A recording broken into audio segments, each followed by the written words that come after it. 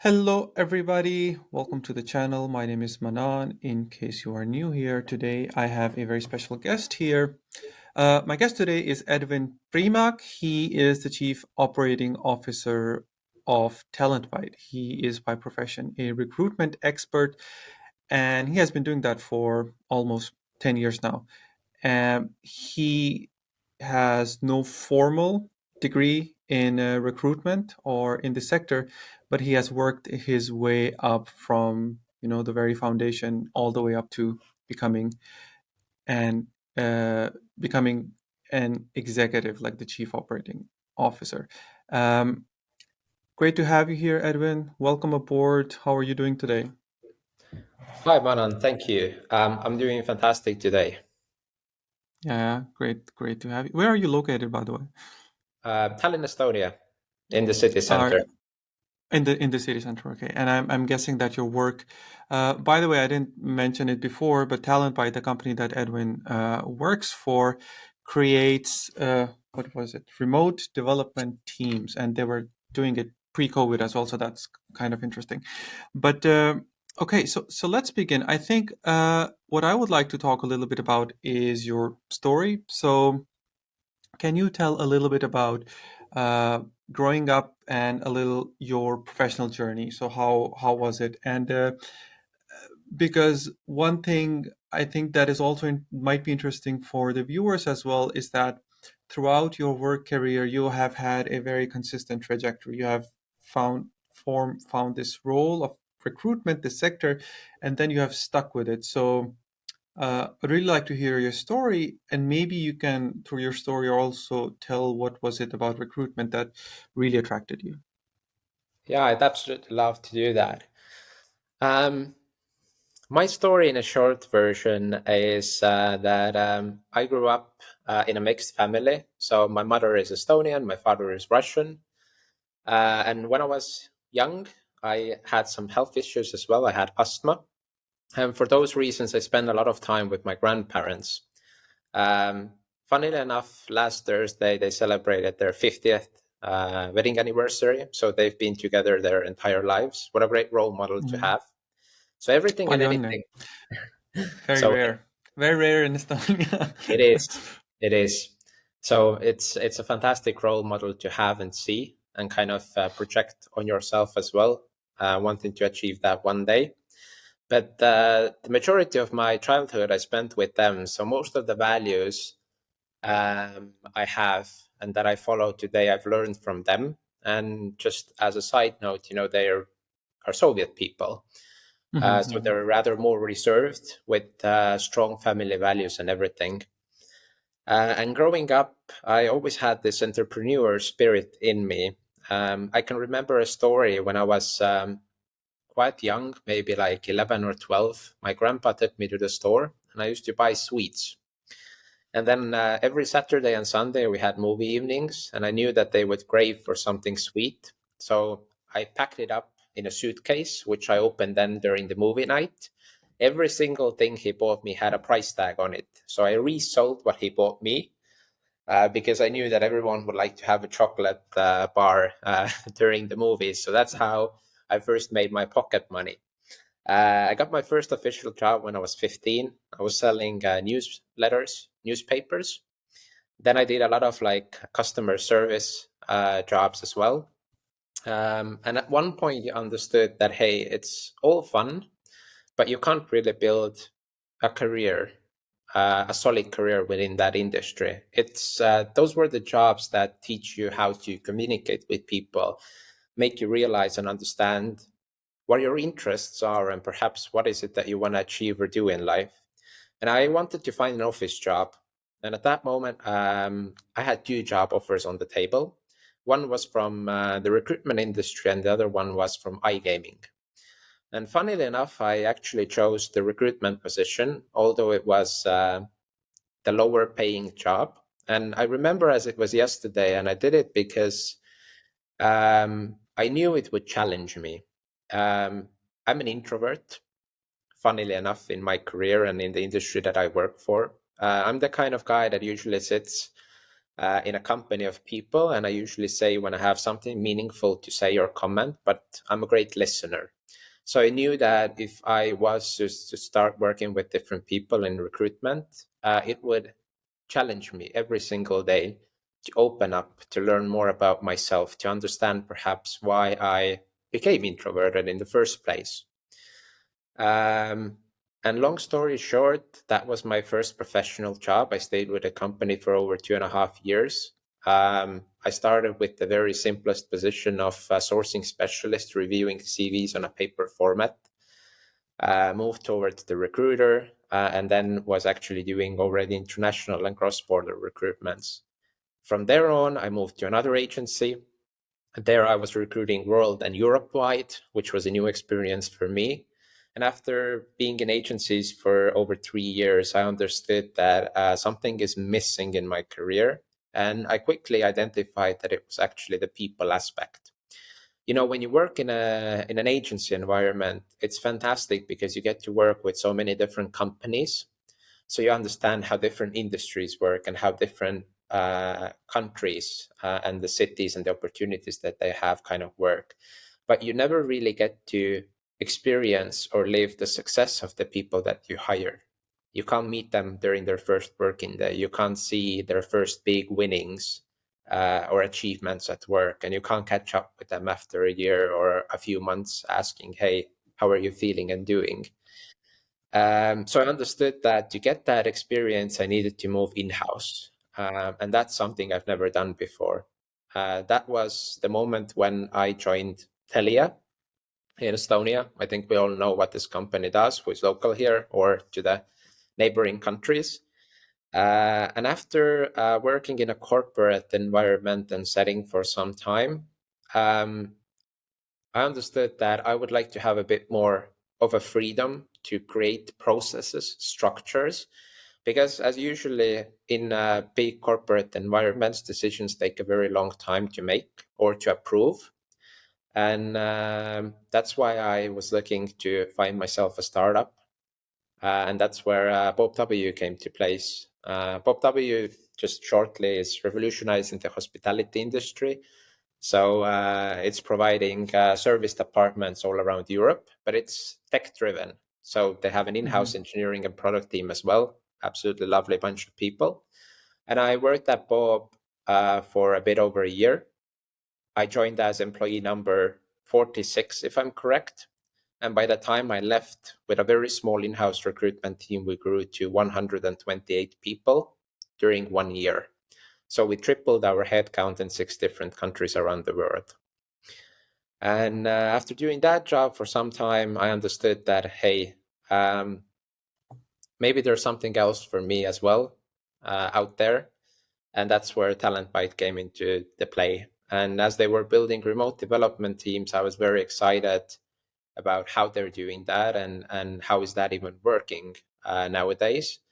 And the founders were extremely nice. They've built startups before as well. And I was fascinated to work with them, and that was one of the biggest reasons as well why I joined. So now I'm here. It's my second month. It's going great. So that's a bit about my professional career. Um, if you can talk to me a little bit about what is it about recruitment specifically that attracts you, or what makes you? What are some things? Uh, let's dial a little bit. What exactly do you do in recruiting, and if you can explain why do you like it? Yes. I love people. I think what I've understood throughout my career is recruitment in companies as a function, as a business function, is underrated. It has always been and still is.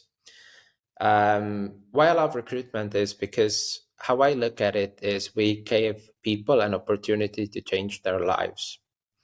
We connect their professional interests with the right kind of environment and setting and allow people to really explore and find themselves. Because if you put a person into a job in a company that shares the similar values and mindset that the person has, and where they could excel by using their skills and knowledge that they've gained so far, think this is a winning combination. And I've always been super motivated to see people succeed around me. I mean, also the candidates that get hired. If they come to the job, they do well, they're happy. This is what keeps me motivated to do this every single day. And I think another value for me personally is I think recruitment in general also is a field where majority of the success is dependent on the person doing the recruitment because it's not that automated yet. So you have to be the kind of person to provide candidates the relevant feedback, to know how to sell the company and sell the role and explain them why are we hiring this position in the first place, and never ghost them or ignore them. And I always felt like in recruitment I can make a difference, both to the person's, the candidate's life, but also into the success of the company. Hmm. Yeah, I mean, I think for me, the what I have seen is that recruitment has been or really exploded in the past few years. I think particularly in Estonia because I came like 8 years ago, and then by that time, from what I know, there was hardly. I mean, I'm sure at that time, TransferWise was still recruiting, but I think in the last 5 or 6 years, there has been really an explosion when talent has been like hunted across the globe for specifically for Estonia as well. I mean, obviously based on the specific, like requirements and also the benefits that Estonia offers, there is a, let's say, a limited pool of candidates that can be attracted to Estonia. So I've really seen Estonia, like this particular aspect, really grow a lot and I've seen quite a few recruitment companies come up as well, and especially in like different sectors as well. And I think those recruitment companies work very closely with the relocation companies as well, so they go hand in hand, and then so that's all I think very, very interesting, because I think you are the first point of contact for anybody who is getting a new job or moving to another country as well. So I think that's a very important role. I think what I would like to move ahead and talk a little bit about, particularly uh, as I understand, can you tell me what are the different sectors that you work with for recruiting? Any specific departments? As I understand, currently it's just developers, but if you can talk a little bit about what kind of experience do you have? Is it with developers or engineers or, I don't know, executives, management, and these kind of things? Yeah. Yeah. To be very honest with you, throughout my career, I've recruited everything, starting from customer service, moving on towards engineering and product, and also, of course, management level positions. But now, I think recently, within the last 3 years, it's the heavy focus has been on engineering and product, as Mhm. well as on management and Mhm. marketing roles. Mhm. Mhm. So let's talk a little bit about, is it particularly for Estonia that you have been recruiting for Estonian companies? Yeah, so I've been recruiting for an Estonian company that has offices in different countries around Europe, which means we, of course, recruited locally to those places as well. And then right now at Talent Byte, we actually build remote development teams. So we hire the teams in different countries, which work for a client that could actually be located in a completely other location. So it's kind of So, Europe wide. okay, okay, okay, okay. Um, so what? Let's go to the perspective of somebody who's wants to get a job, who's currently looking for a job. Um, as a recruiter, I am sure you come across many, many different profiles, and I think that you are looking for very different kinds of people as well. But what do you think are the common misconceptions that people have when they are applying for any roles? I know this is a very general question, but maybe there are some things that sort of like stand out for you, that people make mistakes when they're applying for companies, or they are this is something that you see recurring happening. So what is that? I think the first thing that comes to my mind is meaningful application and research. What we as recruiters, I think, often face is when we open a job requisition or a job opening, we get a lot of different applicants, but at many times we can see that, the CV and the cover letter, which is often also added as an attachment, is actually not matching to the position that we have an opening for or that the candidate has applied to. And I think it's very highly tied down to how simple it is nowadays to apply to a job. Even on LinkedIn, you have this simple apply option. With Yeah. one press of Mhm. a button, you can send your CV away and it's done. So for me, I think applying largely has moved into this kind of phase where candidates have been given the opportunity to do it very easily and not put a lot of thought into it. But from another perspective, if your end desire or your end goal is to actually land a job, I think the approach should be completely different.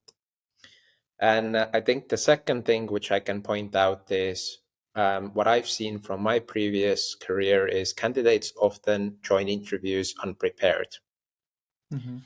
And that is a big problem nowadays because if, for example, you might have 10 interviews for a job and only two candidates have actually prepared, read your company profile, your values, and try to understand the position a bit better, then majority of the first meeting time kind of goes into trying to explain why we're here today and what this role is about, instead of us being able to focus on more meaningful matters and actually starting to talk about what matters to us and what matters to the candidate the most about this job opening.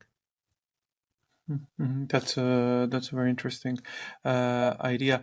Just for like information or my idea, do you have any number on how many people you have recruited across your career, or you have been part of the process for Yeah, recruiting? so when we count agency candidates in, I think over my career, it's more than 1,800 people in total.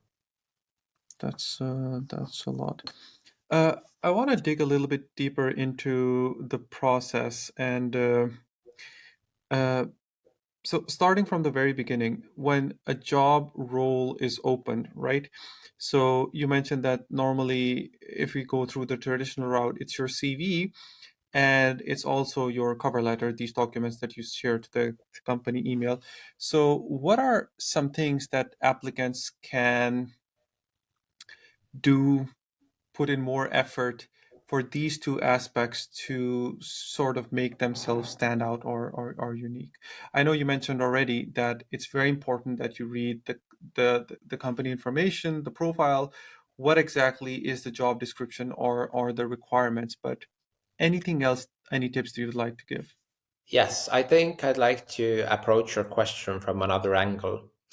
I think every candidate that is on a job search in general should take a day off and be very honest with themselves. Take a white piece of paper or the Notes app in your MacBook and start writing down the things about yourself that matter the most. Write down your strengths, write down your weaknesses. Try to identify the interests that you have. Let's say, you're a developer and you'd like to work for a product company. Or let's say that product companies are usually not your go-to and you'd like to work in an outsourcing company or a company which allows you to do several projects over the duration of the year.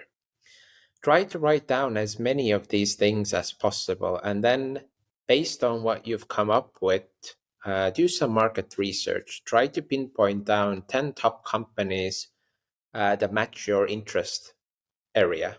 Let's say that this company shares the similar values that I do. They have a super cool product that I could relate to or I'm a user of. try then to find out more about them. Try to find their CDO on LinkedIn or their engineering manager. Look at the background of the people a bit. That will give you enough information to understand what are these companies actually searching for and looking for in a person they'd like to hire. Because the best example of that are their previous hires, right? And then if you have done this as well, then based on this, you could actually put together a CV that's more universal, so that you don't have to make a custom for every application, but it will target exactly the companies that you are after, because they're more or less then similar. And then when you write a motivational letter by saying that, hey, this is my focus, these are my strengths, these are my weaknesses, and then you can always add a small paragraph in the end why specifically this company has caught your interest, and how could you potentially make a difference in this company, both short and long term. This will significantly increase your chances in getting spotted, but also to be able to get to the first interview stage. Because the biggest problem nowadays, I think, a lot of recruiters face is, and of course from the candidate's perspective as well, there are many interesting companies emerging, new tech hubs, new products. People often don't know themselves what is it that they want. And as long as you haven't identified yourself, what is your career path and what is it that you want to achieve in the next few years and how you want to do that, then it's very hard to go out there and seek a job that will kind of match or tick all your boxes. That's actually a really, really good piece of advice. I think the thing that stood out for me most was you mentioning that rather than focusing on the vacancies, focus on yourself and then find companies that align with your goals, experience, and values. Don't worry about the vacancies, but just look at those companies, look at the people they have hired, look at what they have done, and then focus on targeting them. So I think that is a very I would say fresh approach and very unique approach, and it totally makes sense to me right now, even though I didn't really uh, even though nobody ever mentioned to me that previously. So that's really really cool, and I think that could be really really helpful.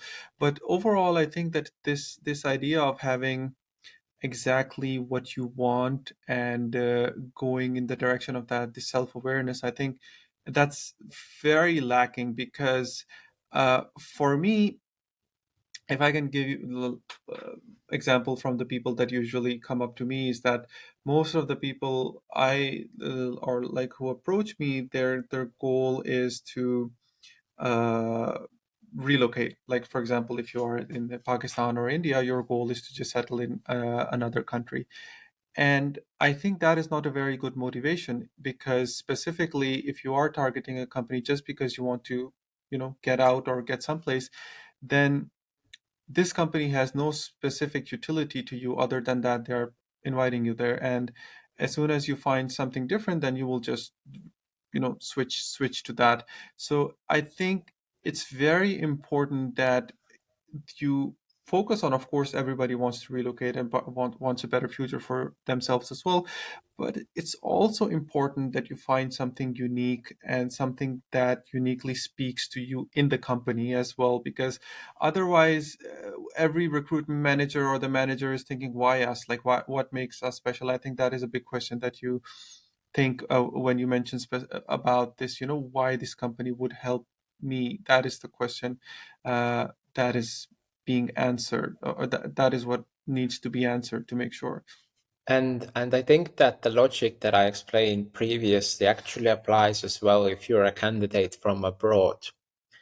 You know, the relocation matter with companies is always quite difficult, because majority of the companies try to fill out their talent needs from the local market. Then they go into the neighboring countries, and only as the last reserve, they usually look for candidates that are located further away. And of course, in a sense, it's reasonable, because companies usually try to find the alternatives or solutions that are reasonable with the less cost and less time cost as well. But from another perspective, if you're a candidate from another country, if you do the same research, if you identify the companies, how your approach differs is you actually reach out to people from that company and ask, hey, is relocation something that you consider when you apply? Then you get an answer from the company side that, yes, we usually consider relocating candidates. And then you can start checking companies from your list that actually support relocation. And then, of course, the list might not be that long, but then there's more motivation to add more companies to that list.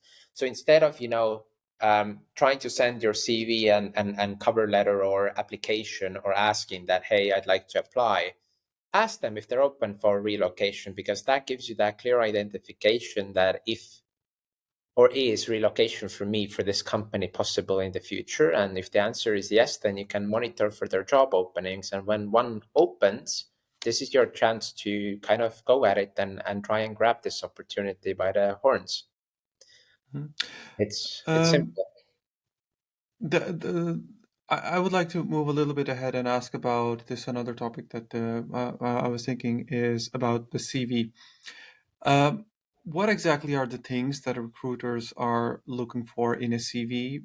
What are also some common mistakes that you see in the CV as well? And of course, how can someone increase their chances of being called for an interview uh, if they want to like make their CV better? Yes.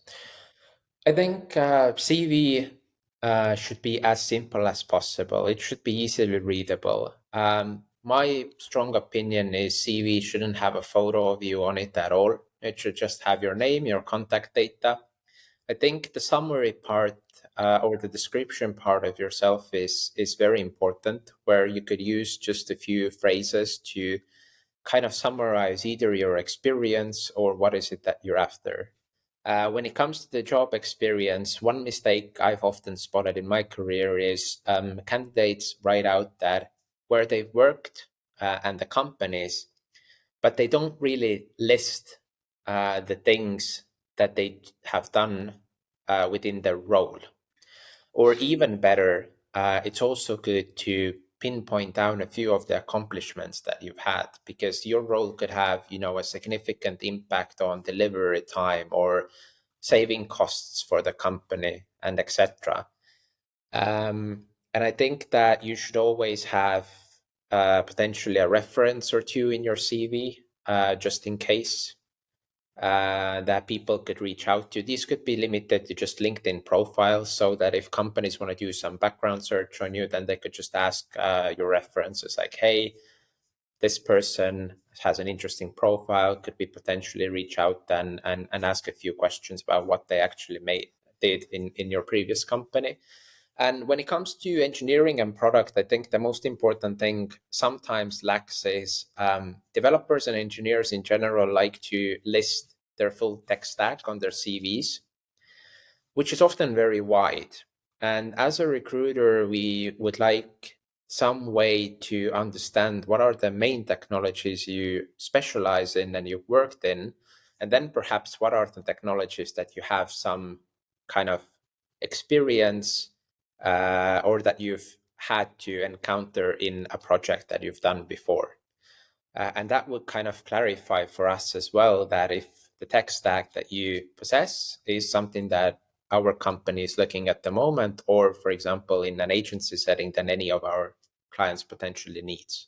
That just saves time from the candidate side and but also for recruiters, and allows us Mhm. to work more efficiently. Yeah,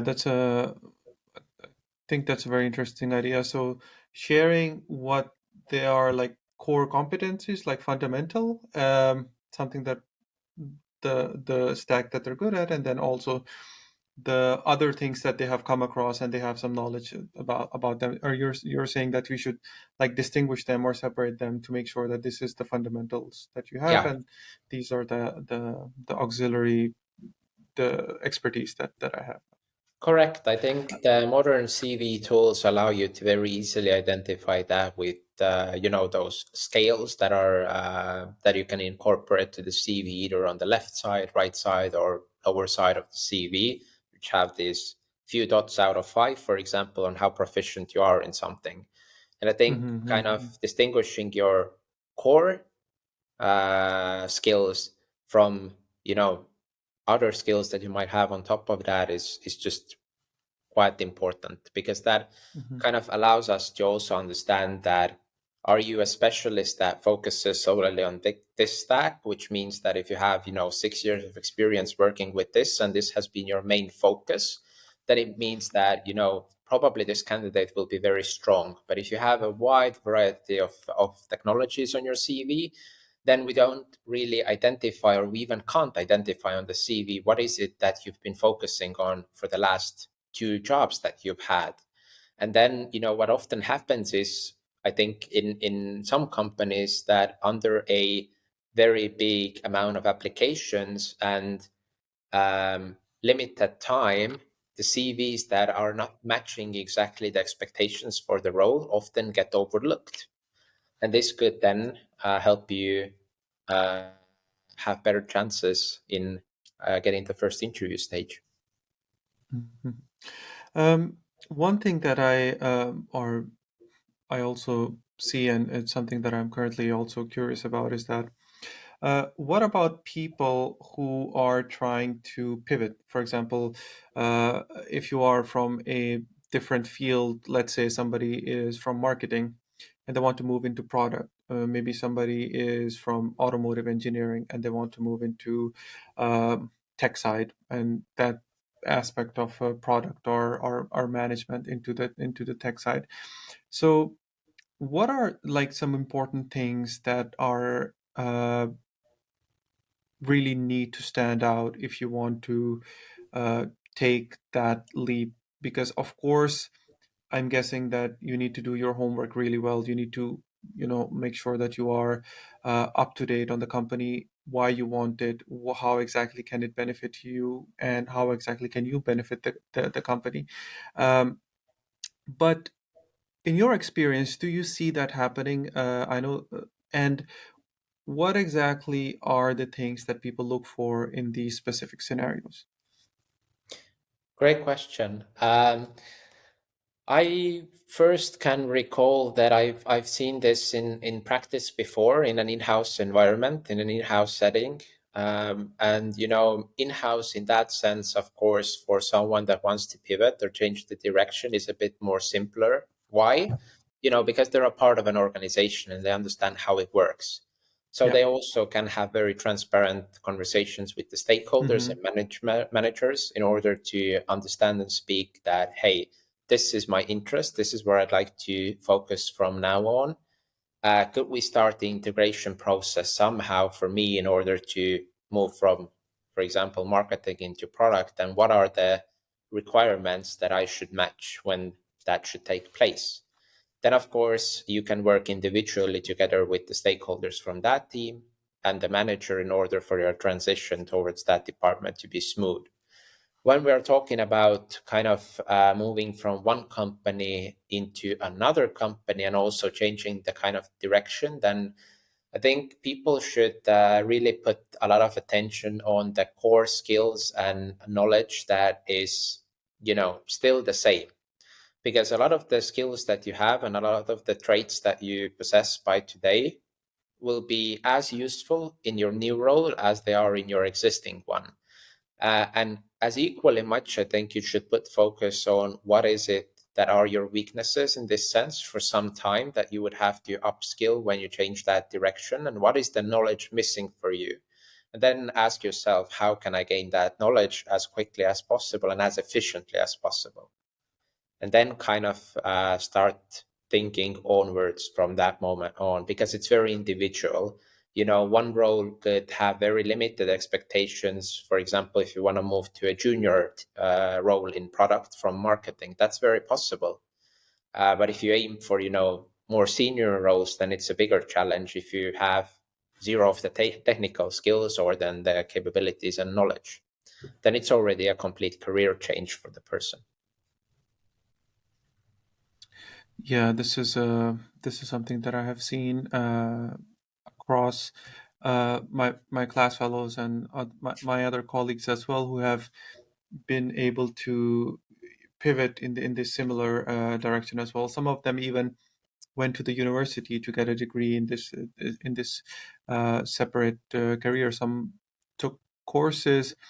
Some were, I think, lucky enough to get the same thing like in-house transition. So I think these are all very, very viable ways to move ahead. But I think it all boils down to exactly the one thing that we talked about is having the self-awareness and the awareness to understand where I am, where I want to be, what are my weaknesses, and what are like my strengths that I want to highlight. I want to talk a little bit more about LinkedIn and how important do you think that is in recruitment, and what are some things that candidates can do to better on their LinkedIn to better like stand out. I think LinkedIn is nowadays, when we talk about recruitment in general, it's vitally important. Or let's put it this way: it's one of the easiest and most used platforms when it comes to finding candidates, but also for candidates to find jobs and find the real information that they actually would need to seek before going to an interview and applying for a role, which means they can find the team there, their background, their interests, and everything, and learn more about their future potential employer. I think within LinkedIn, it's very important that your profile in general is neat and clean. Um, About section is important. There you could let your imagination loose. Really tell the story of who you are. Why not? We have to understand better who are the people that we're connecting to, or people that we want to kind of have a work relationship with. It's very important to highlight your positions there, of course, and also the tasks, maybe the most important ones that you've had. I think one of the very important things in LinkedIn for recruiters in general is the skills section of a person, and specifically when we talk about product and engineering candidates, because those profiles don't usually or always hold enough information for us to understand the technical background of a person, but usually engineers like to list them under skills. And then some candidates are also very popular by using endorsements, which means that someone from your previous organization or company has given kind of confirmation that this is actually your strength and this is the skill that you possess. I think it's never bad to ask your previous colleagues for endorsements. It's not crucial, and I can honestly say I've never overlooked a candidate because they didn't have them, but it's something that is beneficial. Then why not make the maximum out of that? And I think also sometimes it's quite interesting to peek into the interest section of the person to understand, like, for example, the companies or people that they follow, and find even something new for yourself, some influencer or some kind of company or an emerging startup that you've never heard about before, and now you actually can. Um, and from the common mistakes, I just probably point out that whenever people enlist their company there, make sure to actually add your key responsibilities or the tech stacks and stuff that you use, because otherwise your profile will not be visible to even recruiters when they, for example, are trying to headhunt candidates. Try and use as many keywords as possible on your profile. You can actually Google what would be the most useful keywords to add to your LinkedIn profile to be easily foundable through the recruiter search. And this kind of makes your percentage of popping out when a recruiter does a search way higher. And of course, increases your opportunities to potentially land a job. And I think one thing which people don't really utilize on LinkedIn a lot is trying to use it to to your maximum benefit, which is to actually connect with people from your industry and field, even for a small conversation or chat. If you find out that this startup is creating some cool product, why not text one of their engineers and congratulate them or ask them something about the product if you're curious? People are actually very friendly and very warm if you want to have a conversation or chat with them that is meaningful. And if you don't, of course, want to offer them a job. Because often uh, candidates get a lot of job offers, and you know that's another complete topic for me. Hmm. Yeah, I mean, LinkedIn is a huge opportunity as well. And I like from also a personal standpoint, I've also seen it like explode really much. Like there was a time when it was just like a glorified CV of you.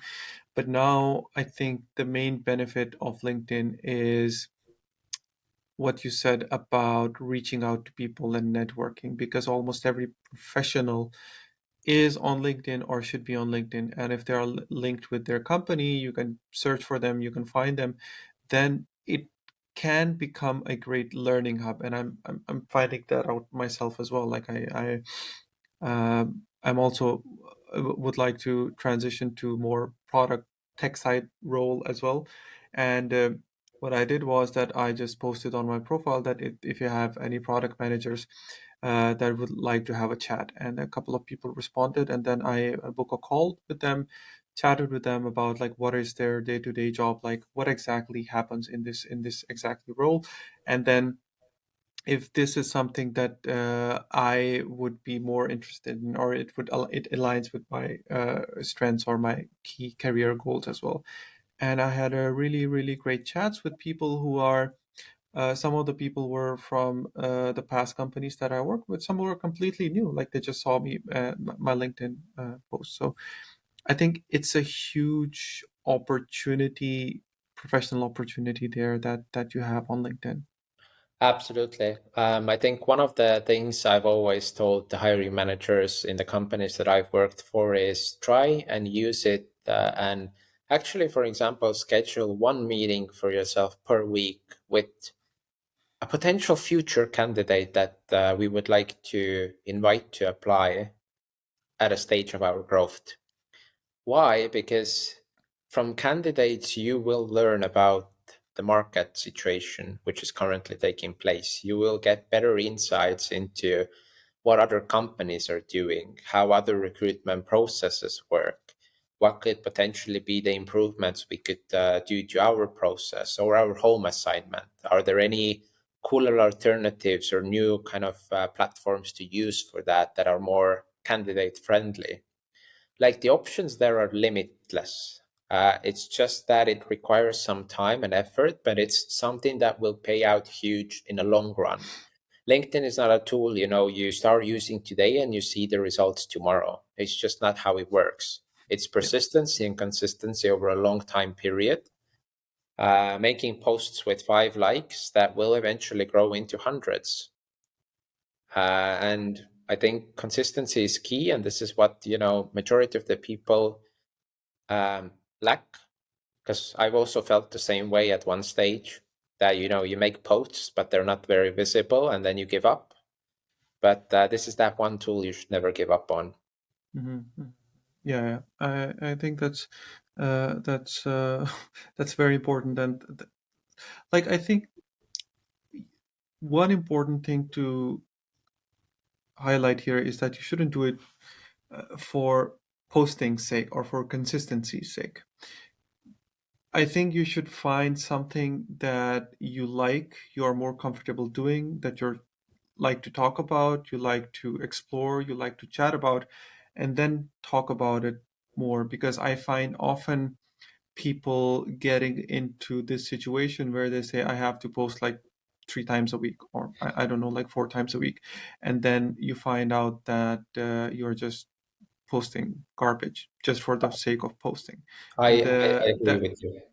that doesn't benefit. So I think exploring is very important, but also share something that you uniquely like or you value, because one of the drawbacks, or what I have also seen on LinkedIn, is that it has sort of become kind of like a echo chamber where similar topics, contents, influencer topics, stuff is just recirculated many times. Do this, do this, do this, do this, do this.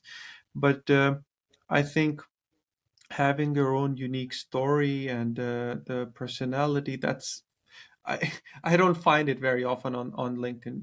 I think uh, yeah, many few places I find that. So that's just my personal gripe with the most LinkedIn I, content. I, I agree with you, and I think what I also meant under consistency and posting is, if you find that niche for yourself and the topic that you want to discuss and you post it and you think it's very interesting and people should know more about it. What I meant is, you will not get a lot of impressions or people commenting on the posts instantly, or perhaps even after a few weeks or a few months. But that doesn't in any way mean that you should stop talking about what you feel is important. Mhm. Yeah, like start with the audience of one. Start with you as the audience. Like think of something that would benefit you. I don't know, like 6 months ago, something that would have benefited you, and just start from there. So yeah. Anyway, another important topic that I think I would like to chat a little bit about is salary negotiation. So you're at a stage where things are moving forward, and you are, at a stage where this topic comes up. So, what are some things that applicants can prepare themselves better to negotiate it? And also, how should they research this beforehand? And obviously, this is a very important question. Like, what is your expectations? And there are very different answers to that question. So, I just want to ask you about this topic. About how should applicants deal with this topic? Another interesting one from you. I think salary negotiations in general is complicated, but to make it easier for both parties, I think from the company's perspective, companies should be as transparent as possible in regarding the pay range that they have from the very early uh, beginning of the recruitment process, or even better if it's public on the job advertisement, and give clear indication that this is the salary budget we have, and unfortunately we can't go over that, or that if you're flexible, let's say that we're flexible 10 to 15% in case, after completing all the interview stages, we really understand that you exceed our expectations and we can actually pay more. But other than that, I think from the candidate side as well, the clearer your salary expectation is to a job, the easier the search will be for the negotiations themselves. It's what often happens is candidates have a lower salary expectation when going into the recruitment, and then that kind of raises when they might understand that the company is willing to pay more. My kind of best tip here is try and clarify for yourself what is the minimum salary expectation for you at all stages, lower to which you will not accept or would not like to apply. And if it's higher, then it's higher. Because right now, what I've also seen in the recruitment happen is if candidates enter the recruitment with a certain salary expectation and the company's range is higher, the companies that with good morals and values actually offer higher than the candidate asked, because the range was higher, and they're not gonna lowball anyone just because the candidate is asking for a lower salary. And I think it's the right thing to do, because if you've evaluated that this is your budget, this is what this talent costs, then it's okay to pay that as well. There is no easy way around it. The most complicated situations happen when companies are untransparent about their pay ranges and candidates really just tell them in the end of the process. That's the worst case scenario which happens. Then, kind of to try and avoid that, I would also touch upon this salary topic in the very first meeting with the recruiter to at least get an indication on the salary ranges that they have. Or then you can reverse the question and ask that my salary expectations are anywhere between A to B. Is this in your range? And you'll then get an Mhm. answer yes or no. Mhm. But it is important and it can be a blocker at the end. So One of the things that's very great to see. I know there are some companies that really are very transparent about this. I know that the TransferWise, I think they started doing it a while back. At least for the junior roles, they post the, like, very transparent about the salaries, and they post that. Um, but like, what do you think about the answer to this question, in a way that if the applicant is asked about, like, what is your salary expectations, can the applicant ask back and say that what is the range of your budget for this role, or is it uh, let's say, ignorant of the person to say that? I actually wouldn't say it's ignorant, and it has nothing to do with ignorance. I just think that the salary topic for a very long time in general has been this kind of thing that people really haven't wanted to speak about, that really hasn't had transparency for a very long time. So I think what we're doing right now is we're starting to slowly adopt to the salary transparency being a normal thing. Mhm. But you know what a lot of employers do is they request the salary before you can actually send away your application to a company. And then in that case, I just put a range there. And I don't think it's in any way rude to ask this question back about the range. But I also think that this could be avoided by just giving them your range and asking if that's something that is within your budget. Because from a person's point of perspective, you should have identified for yourself what is the salary that you would like to earn within the job that you do. And you should stick to it, and you should be proud of that number, regardless of what it is. And I think if you are that, then there should be also no problem for your side to transparently communicate that. And if the company is not willing to pay that, then, you know, perhaps that company is not the right for you at this stage because you have different ambitions. Of course, then, comes the question of balancing. Maybe you will be flexible for the company for some time.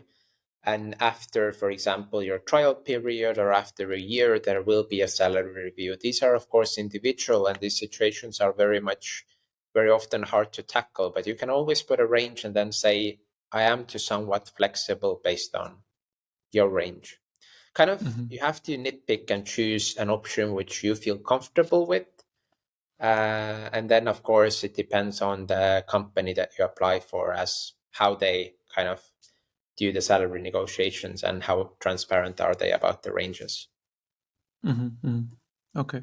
Um, I'd like to move on to, like, wrapping up this towards the end of the conversation. And one question that, as a general, that I would like to ask is, what are some red flags in an applicant that immediately just cancel the deal for you overall in every interaction, starting from uh, final appointment letter to from the very beginning, first interaction? What are some biggest red flags? Are we talking about for me personally? uh we can talk about you personally as well, and because you're also an experienced and specialist in recruitment as well, so yeah, you can share your own personal opinion. I think the main red flags usually are the same for the majority of the recruiters. I think what we really seek in the beginning of the process is motivation and empathy and ability to communicate clearly why the person applied and why would they want this job.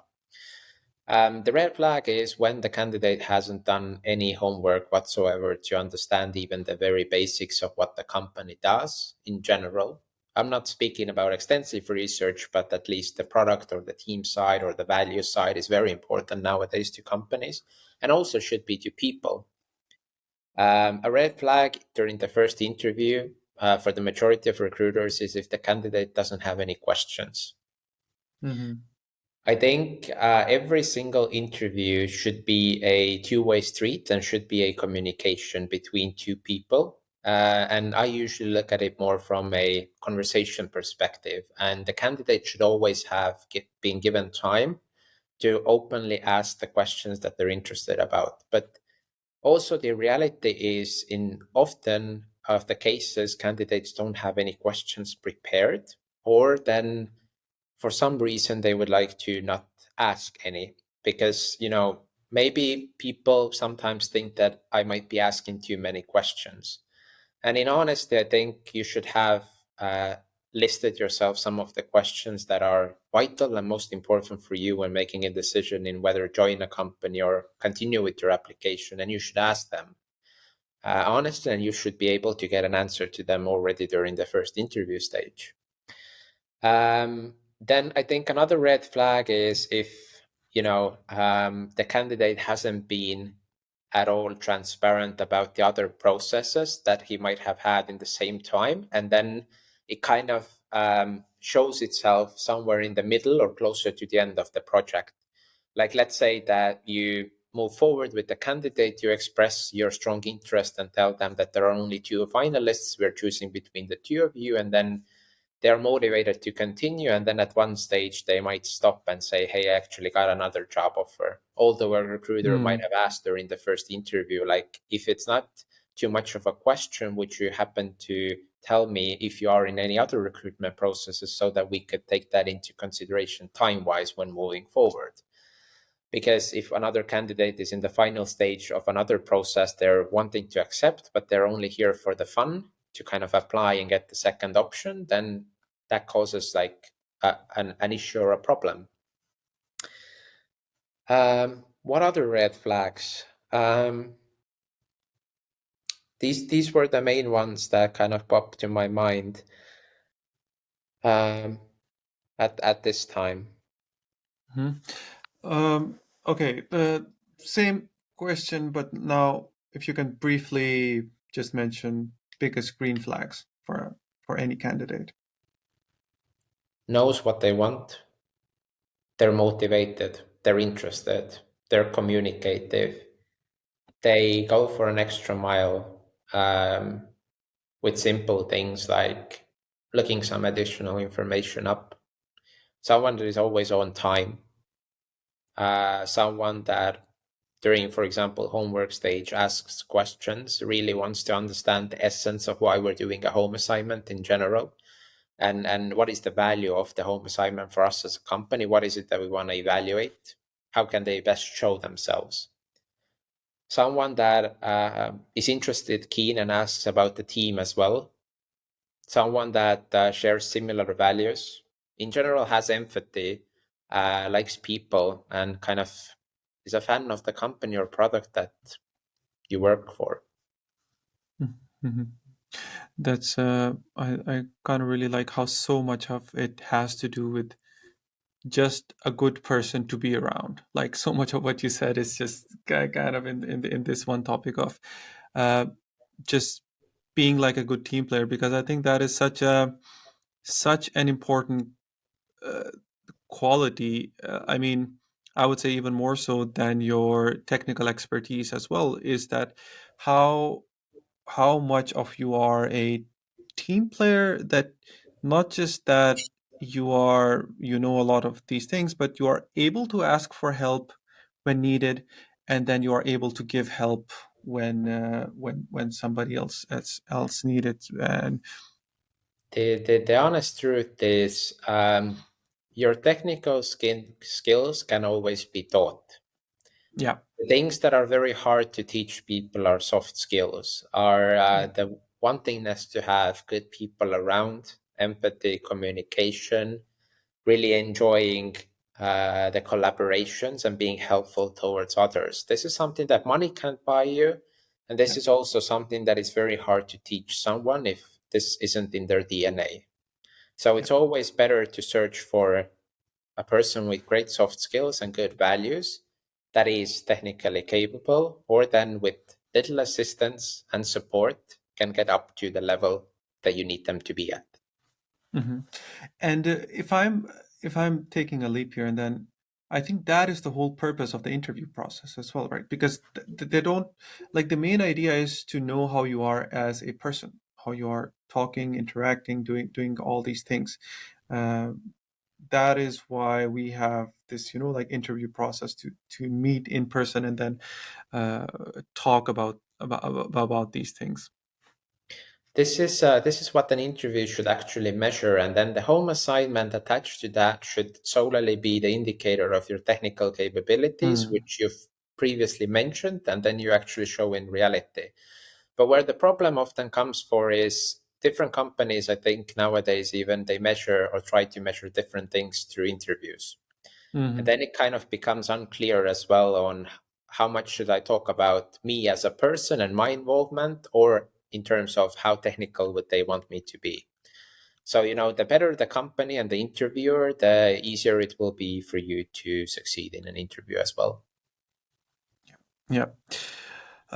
And on that note, I think we had just crossed the 1 hour mark. I think we can wrap this up. I had a really great time. I didn't even know it moved so fast, Edwin. Um, but to wrap it up, I guess there are a lot of people right now. I know the overall general economy is also moving towards in a downward trajectory, especially in the tech world. Investments are drying up.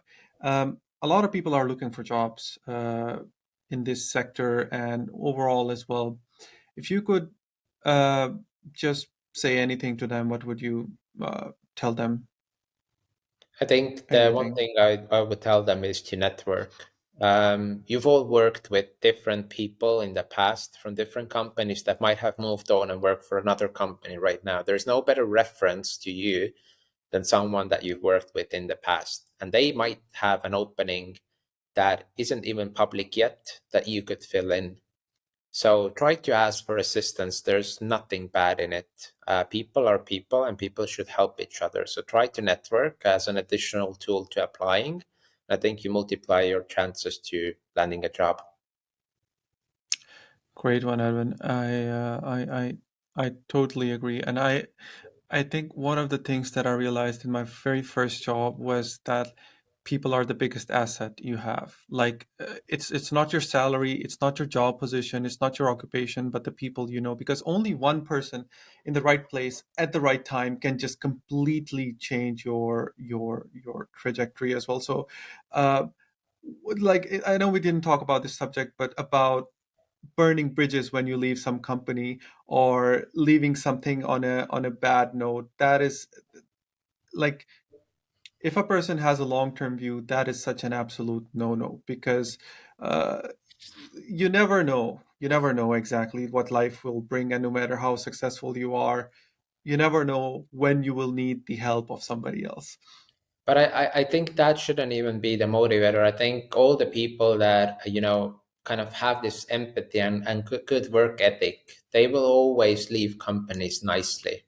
Yeah, Even if you don't yeah. want to work for that company ever again, don't burn that bridge because you've Hmm. had some wonderful time together. The company has helped you, you've helped the company. There are so many things why you should take your time and leave a company nicely, even for the sakes of the people that you worked with. If, for example, something goes wrong with the organization or the company itself. Funny fact, I've changed quite many jobs in my life as well, and I've never burned one bridge. I have great relationships with everyone from each of the Hmm. companies I've ever worked with. And I think this is a tip from my side to everyone else as well. Like, try to be great and good to everyone, and they will smile back at you. Yeah, yeah, absolutely. Thank you, Edwin. It was a really nice conversation. I had a really good time. You had some really amazing insights that just like blew my mind. I think it's going to be helpful to a lot of people. Thank you everybody for watching. I will put the link down in the description for you for your LinkedIn profile, Edwin. If maybe if you want to follow, I mean, I think like Edwin is pretty active on LinkedIn as well. So just feel free, follow, and yeah, uh, I'll see you in the next one. Bye bye.